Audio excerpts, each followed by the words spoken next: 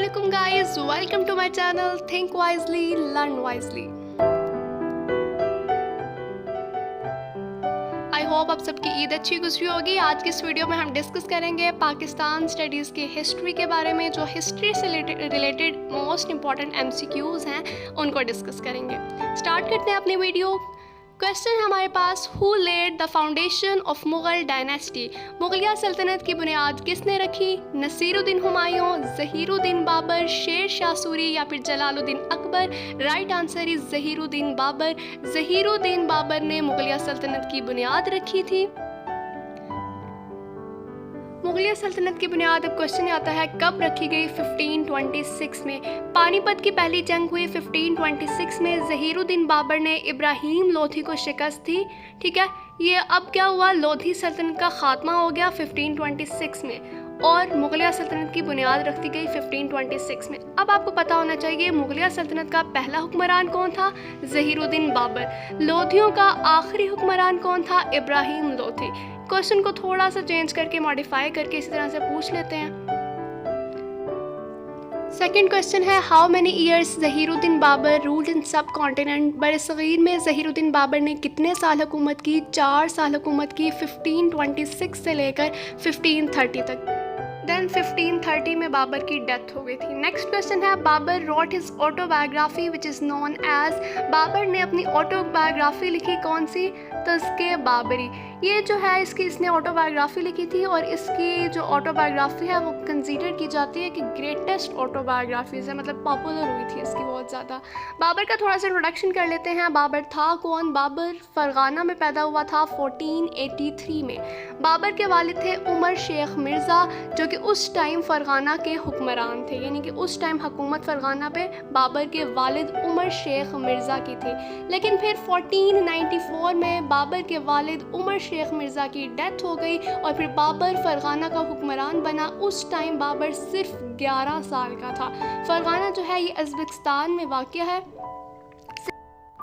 Next question है, when Zahiruddin Babar conquered Samarkand? Zahiruddin Babur ने समरकंद को फतह किया था 1497 में। अब फरगाना का हुक्मरान था लेकिन उसकी नज़र अब थी समरकंद पे, बिकॉज समरकंद बहुत अच्छा सिटी था, सिटी ऑफ कॉलेजेस पैलेसेस, मतलब बहुत खूबसूरत था। इस वजह से बाबर ने ट्राई किया कि वह समरकंद को फतह करे 1496 में, लेकिन वह इस बार नाकाम रहा। फिर 1 साल बाद 1497 में बाबर ने फाइनली समरकंद को फतह किया।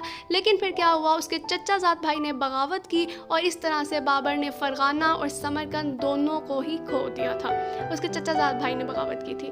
ठीक है, फिर बाबर हिम्मत तो हारने वाला था नहीं, सो उसने 1498 में दोबारा से फरगाना को फतह कर लिया, ट्राई किया किसी तरह से। फिर उसके बाद 1500 में बाबर ने फिर से ट्राई किया कि समरकंद को फतह करे, फिर समरकंद को फतह किया, लेकिन अनफॉर्चुनेटली 8 महीने के बाद शिबानी खान ने दोबारा समरकंद पर कब्ज़ा कर लिया और उसके चचाजाद भाई ने दोबारा फरगाना पर कब्ज़ा कर लिया।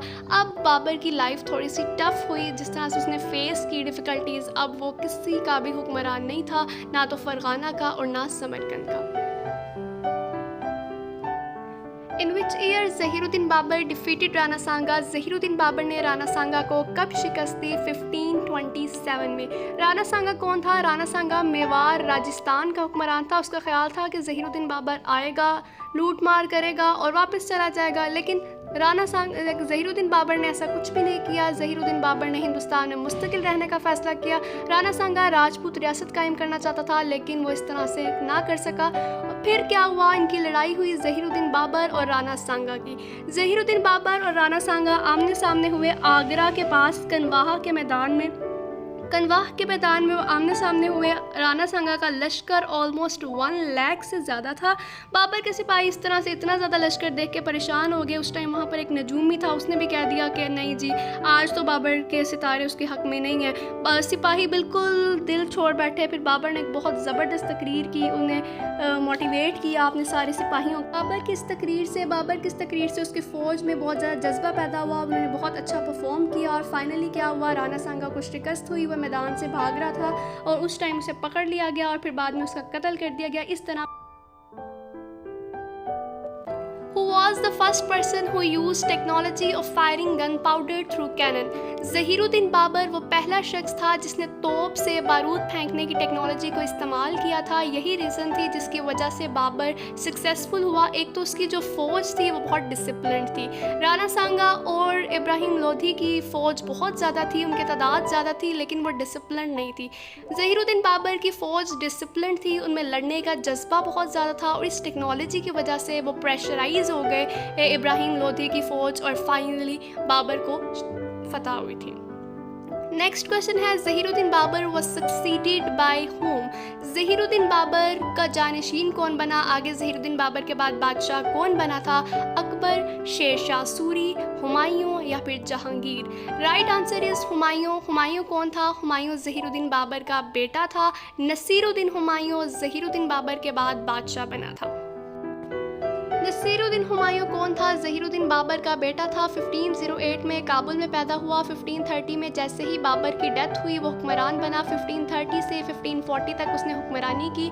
फिर उसके बाद चौसा के मकाम पर एक जंग हुई। 1539 में हुमायूं को शिकस्त दे दी थी शेर शाह सूरी ने। उस टाइम आप कह सकते हैं कि हुमायूं का जो लश्कर था वो बहुत ज़्यादा था और ऑलमोस्ट उसके 8000 सिपाही मारे गए थे। बहुत ज़्यादा दरियाए गंगा में डूब कर मर गए थे और हुमायूं को उस टाइम टेंशन थी कि वो गिरफ़्तार ना कर लिया जाए, इसलिए हुमायूं ने भी अपना घोड़ा दरिया में डाल दिया था, लेकिन फिर वो फाइनली बच गया था। उसके बाद चौसा की लड़ाई में शिकस्त के बाद कनूज की लड़ाई में भी हुमायूं को शिकस्त हुई। उसके बाद हुमायूं को टेंशन थी कि वो गिरफ़्तार न कर लिया जाए, इसलिए वो आगरा चला गया, लेकिन शेर शाह सूरी उसका पीछा करते करते आगरा पहुंच गया।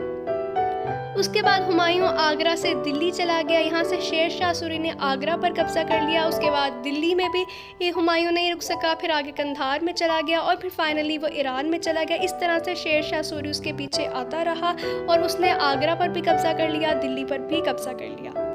नेक्स्ट क्वेश्चन है when Humayun regain his lost kingdom? Humayun ने अपनी खोई हुई सल्तनत को दोबारा कब हासिल किया? 1555 में। एक्चुअली शेर शाह सूरी की डेथ के बाद इस्लाम शाह सूरी की डेथ हो गई, फ़िरोज़ शाह सूरी का कत्ल कर दिया गया। हुमायूं को चांस मिला और उसने अपनी हुकूमत को बहाल किया दोबारा से। Who was Mughal ruler who died by falling from stairs? कौन सा मुग़ल बादशाह था जिसकी डेथ सीढ़ियों से गिरने की वजह से हुई? हुमायूं बेसिकली वो बादशाह था। एक्चुअली हुमायूं अपनी लाइब्रेरी में बुक्स को पढ़ रहा था। जैसे ही मगरिब की नमाज़ का वक्त हुआ वो नमाज के लिए नीचे उतर रहा था, सीढ़ियों से अचानक उसका पाँव फिसला और वहाँ से वो गिरा। उसके सर में शदीद चोट आई जिसकी वजह से उसकी डेथ हो गई थी। हुमायूं की डेथ हुई थी 1556 में। आज जो हमने कवर की हैं टॉपिक्स ज़हीरुद्दीन बाबर और नसीरुद्दीन हुमायूं का बहुत ब्रीफ सा इंट्रोडक्शन किया है। ठीक है, आप हिस्ट्री की बहुत ज़्यादा बुक्स पढ़ते हैं, आपको बहुत बेसिक चीज़ें तो एटलीस्ट पता होनी चाहिए। ठीक है, ये MCQs में बहुत रिपीट होता है। अगर आपको वीडियो अच्छी लगी है तो उसको लाइक कर दें। अगर आप चैनल को सब्सक्राइब करेंगे तो उससे फ़ायदा ये होगा कि जो नेक्स्ट वीडियोज़ हैं वो आपको मिलती रहेंगी।